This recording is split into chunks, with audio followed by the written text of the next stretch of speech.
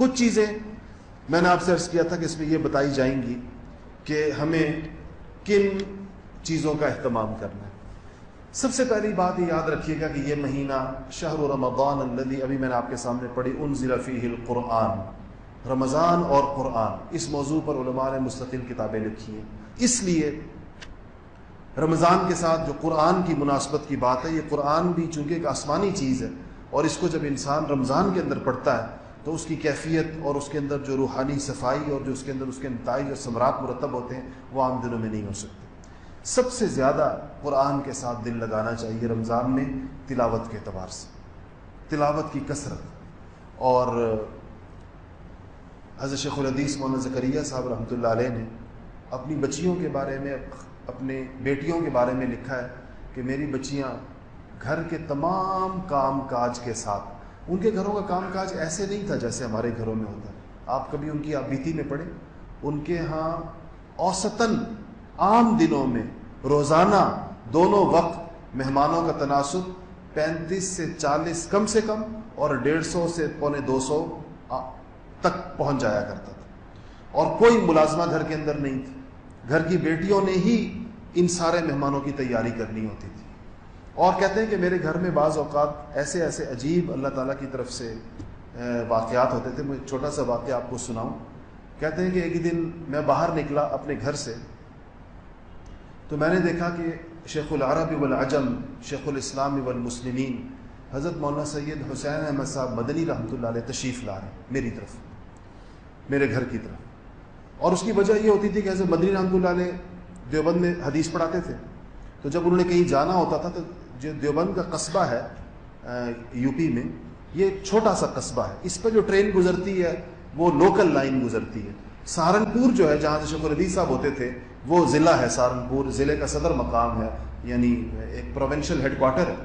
تو وہاں پر وہ جنکشن ہے، بڑی لائن ہے، تو وہ ادھر سے نکل کر سہارنپور آیا کرتے تھے ریل گاڑی کے اندر۔ پھر اگلی ریل گاڑی کے اندر کبھی 3 گھنٹے ہوتے تھے، کبھی 4 گھنٹے ہوتے تھے، تو وہ یہ وقت حضرت شیخ الحدیث صاحب کے پاس آ جایا کرتے تھے۔ حضرت شیخ الحدیث صاحب ان سے بہت چھوٹے تھے عمر میں اور اپنے آپ کو ان کو چھوٹوں میں سمجھتے تھے، تو کہتے ہیں حضرت تشریف لائے، تو میں تو حیران۔ اچھا، حضرت کے پیچھے کہا کہ 6 7 8 لوگ اور بھی، تو کہنے لگے کہ میں نے ان کو دیکھا، میں گھر کے باہر ہی تھا، تو فرمایا کہ دوپہر کا وقت، دوپہر کے کھانے کا وقت، گھر کے اندر کھانا کھایا جا چکا تھا، تو کہتے ہیں میں نے ان سے کہا کہ اوپر حضرت کا مہمان خانہ اوپر ہے سہارنپور کے اندر، میں نے دیکھا الحمدللہ اللہ کے فضل سے، ہم سہارنپور گئے تھے، دیکھا اس گھر، اس مہمان خانے کو بھی دیکھا، تو کہا کہ میں نے مہمانوں سے کہا کہ آپ لوگ اوپر چڑھتے جائیں، میں نے سیڑھیوں کی طرف اشارہ کیا، حضرت بھی اوپر چلے گئے، پیچھے پیچھے جو لوگ تھے وہ 8 10 لوگ وہ بھی پیچھے چلے گئے۔ کہتے ہیں میں نے بیٹیوں کو آواز لگائی کہ جلدی سے آگ لگا دو چولہوں کے اندر، سوئی گیس نہیں ہوتی تھی اس زمانے میں، لکڑی کے چولہے، یعنی لکڑیوں کو آگ لگاؤ۔ میں نے بیٹیوں کو آواز دی کہ لکڑیوں کو آگ لگاؤ، اور کہتے ہیں 5 بیٹیاں تھیں میری، تو میں نے کہا کہ کوئی ہانڈی کو وہ کرو کے لیے آگ لگاؤ، کچھ توا رکھو اور روٹیاں شروع کرو۔ اور کہتے ہیں میں بھاگا ننگے پاؤں باہر کی طرف، کہتے ہیں وہ میں قصاب کی طرف بھاگ رہا تھا، میں نے کہا دیکھو کیا، تو کہتا ہے عجیب اللہ کی شان کہ وہ قصاب ہاتھ کے اندر 2 کلو قیمہ لے کر اسی ہماری گلی کی طرف آ رہا تھا۔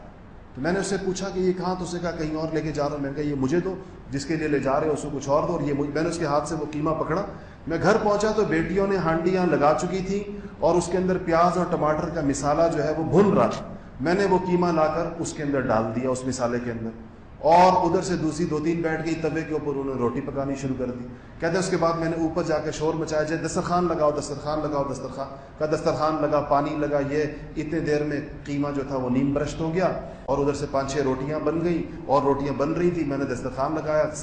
کہا حضرت مدنی مجھے دیکھ رہے، کہنے لگے کہ یہ کھانا پہلے سے تیار تھا ہمارے آنے سے پہلے؟ میں نے کہا حضرت پہلے سے نہیں، آپ کے آنے کے بعد یہ قیمہ بازار سے خریدا گیا ہے۔ تو کہتے ہیں وہ سارے مجھے دیکھ رہے ہیں، یہ کیسے ممکن ہے کہ بازار سے قیمہ ہمارے آنے کے بعد خریدا گیا ہو اور یہ دسترخوان لگ گیا؟ تو مولانا اعزاز علی صاحب منطق کے بہت بڑے، مولانا ابراہیم بلیاوی صاحب منطق کے بہت بڑے استاد تھے، مشہور، تو وہ کہنے لگے کہ بڑے متفکرانہ انداز میں کہتے ہیں کہ بات کچھ معقول نہیں، عقل میں آنے والی بات نہیں ہے کہ ان 12 منٹوں کے اندر یہ کیسے ہوا؟ تو کہا، میں نے کہا کہ حضرت ہر بات عقل میں نہیں آتی، کھانا نوش فرمائیں، لیکن یہ ہے اسی طرح میرے ہاں۔ تو کہتے ہیں حضرت مدنی نے فرمایا، باقیوں سے کہا کھانا کھاؤ، اس کے ہاں یہ قصے چلتے رہتے ہیں، اس کے ہاں اس طرح ہوتا رہتا ہے، کہ اس وقت کو نہ دیکھو۔ یہ ان کی بچیوں کا معمول تھا، اس طرح کے مہمان ان کے گھر میں آتے تھے۔ اتنے بڑے بڑے لوگ ایسے اچانک آتے تھے اور ان کے لیے سارے کھانے گھر میں بنتے تھے. کہتے ہیں ان سارے کاموں کے ساتھ میری بچیاں چلتے پھرتے 20-25 سپارے قرآن کے پڑھ لیتی, ان سارے معمولات کے ساتھ 20-25 سپارے تو کہتے ہیں ہمارے ہو ہی جاتے ہیں سب. تو یہ آخر یہ بھی تو خواتین تھیں, یہ بھی مستورات تھیں. اس طرح کی مہمانداریاں آج ہمارے گھروں میں کہاں ہیں؟ آج کل تو جیسے ہی مہمان آتا ہے تو سب سے پہلا تقاضا ہوتا ہے کہ بازار سے کچھ منگوا لیا جائے, نہیں تو آج کل وہ گھروں کے اوپر ہی پہنچا دیتے ہیں, وہ فون کر دیا جائے تو گھروں پر چیزیں ریڈی میڈ پہنچ جاتی ہیں. اس قسم کے مہمان نمٹا کر بھی ہم لوگ سمجھتے ہیں ہم نے بڑی خدمت بھی کر لی مہمانوں کی, لیکن بہرحال اور اول تو خود مہمانوں کی آمد کم ہو گئی ہے, بہت اس کا نظام تقریباً ختم ہوتا جا رہا ہے. تو تلاوت کا اہتمام کیا جائے اور اس کے لیے ہم اس کو عذر نہ سمجھیں کہ ہمیں گھر میں کام کاج کرنے پڑتے ہیں اور کام بہت زیادہ ہوتے ہیں اور یہ وہ, بلکہ ان سارے کاموں کے ساتھ کاموں کے بارے میں تھوڑا سا بھی عرض کروں گا آخر کے اندر کہ اس کے لیے کیا کیا جائے. تو تلاوت کتنی کی جائے؟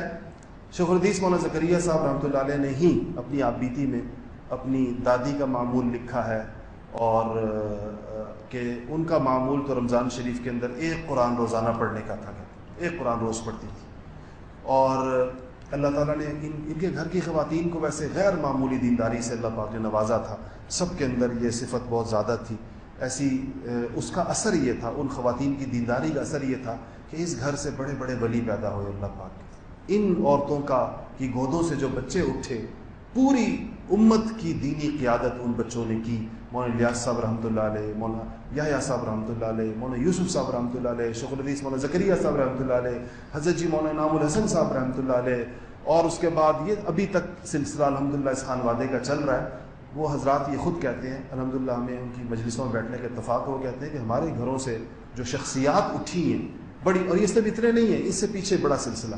کہا کہ یہ ہمارے گھر کی عورتوں کی دینداری کی برکت ہے, انہی کی وجہ سے, کیونکہ اتنا گھر کے اندر عمل اعمال کا ماحول, تلاوت کا, ذکر کا, خدمت کا اور ان چیزوں کا, کہ اس سے بچوں کو فضا ملتی زبردست طریقے سے. ہمارے ہاں دیکھیں کیسی بدقسمتی ہے کہ ہمارے ہاں کھاتے پیتے گھروں کے اندر اپنے بچوں کو پالنے کے لیے اور بالکل بچپن کے اندر ان کو جو سنبھالنے کے لیے غیر مسلم آیائیں رکھی جاتی ہیں. فلپائن سے خواتین لائی جاتی ہیں اور دوسرے ملکوں سے لائی جاتی ہیں, وہ بیچاری مسلمان بھی نہیں ہوتی, اور اپنے نوزائیدہ بچے وہ ہم ان کے گودوں کے اندر ڈال دیتے ہیں کہ یہ ان کو وہ جو ابتدائی جو اس کے بچے کی شخصیت بننے کا جو اہم ترین زمانہ ہے وہ ایک مسلمان کا بچہ غیر مسلم کی گود کے اندر گزارے گا. اب کہاں وہ بچے جو ایسی پاک باز بیویوں کی گودوں سے اٹھیں اور کہاں وہ بچے جو غیر مسلم آیاؤں کی گودوں سے نکلیں, یہ دونوں کیسے ان کی تربیت ایک جیسی ہو سکتی ہے, کیسے ان کی کیفیات ایک جیسی ہو سکتی ہے؟ تو اپنی اولادوں کے اوپر یہ ظلم نہیں کرنا چاہیے کہ ان کو دین کا ماحول نہ فراہم کیا جائے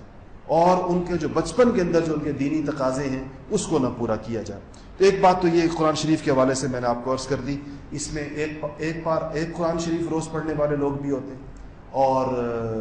ایک نہ پڑھ سکیں تو 10 سپارے اگر روزانہ پڑھے جائیں تو ہر 3 دن کے اندر ایک ختم ہو جائے گا. رمضان شریف میں 10 ختم ہوں گے. 10 سپارے پڑھنا بھی کوئی بہت زیادہ مشکل کام نہیں ہے, اوقات کی حفاظت. 10 سپارے نہ پڑھنے اور دوسرے درجے میں, تو تیسرے درجے میں یہ ہے کہ ایک منزل روز پڑھیں. یہ منزل قرآن کی بنی اس لیے ہے کہ یہ روز پڑھنے کے لیے عام دنوں کے اندر بھی, تو عام دنوں میں ہم نہیں پڑھتے, رمضان میں پڑھ لیں. اس سے یہ ہوگا کہ ہر ہفتے ہمارا قرآن, ہر 7ویں دن ہمارا قرآن ختم ہو جائے گا, تو 7 کر کے 4 قرآن تو کم سے کم ہمارے ختم ہو جائیں گے. اگر ایک منزل بھی نہیں پڑھ سکتے, جو کہ میں نے کہا کہ منزل کی تعیین کی گئی ہے سال کے 365 دنوں میں پڑھنے کے لیے کہ ہر ہفتے انسان ایک قرآن ختم کرے, تو کم سے 3 پارے تو پڑھیں. 3 پارے پڑھنے کا مطلب یہ ہے کہ ہم ہر عشرے میں ایک قرآن ختم کر لیں گے. ایک عشرہ, پہلے عشرے کا قرآن, پھر دوسرے عشرے کا قرآن, پھر تیسرے عشرے کا قرآن. اور اگر یہ بھی نہ ہو سکے کسی سے تو بہت ہی آخری درجہ یہ ہے کہ پورے رمضان میں ایک قرآن تو پڑھیں, اور وہ اس وقت ہوگا جب 1 پارہ روزانہ پڑھیں گے. لیکن یہ بہت زیادہ کم ہے. کسی کو بہت اٹکتا ہو قرآن, 1 پارہ پڑھنے میں اس کو کئی گھنٹے لگتے ہوں, تو پھر تو عذر ہے اس کا. بعض لوگ مجھے کہتے ہیں کہ ہمیں 1 سپارہ پڑھنے میں 3-4 گھنٹے لگتے ہیں, اور عام بندے کو جو ہے 1 سپارہ پڑھنے میں 20-25 منٹ لگتے ہیں, اس کو 3-4-5 گھنٹے لگتے ہیں. تو ایسا بندہ اگر 1 پارہ پڑھتا ہے تو ٹھیک ہے, اٹک کر پڑھنے والوں کے لیے بھی اللہ تعالیٰ نے بڑا اجر رکھا ہے, دوہرا اجر رکھا ہے جو مشقت سے پڑھتا ہے. لیکن یہ ہے کہ جس کو اللہ پاک نے تلاوت کی روانی عطا فرمائی ہے اور نارمل سپیڈ کے ساتھ وہ 25 سے 30 منٹ کے اندر وہ قرآن وہ پارہ پڑھ لیتا ہے, تو اس کے لیے 3-4 گھنٹے میں بہت سارے سپارے اس کے ہو سکتے ہیں.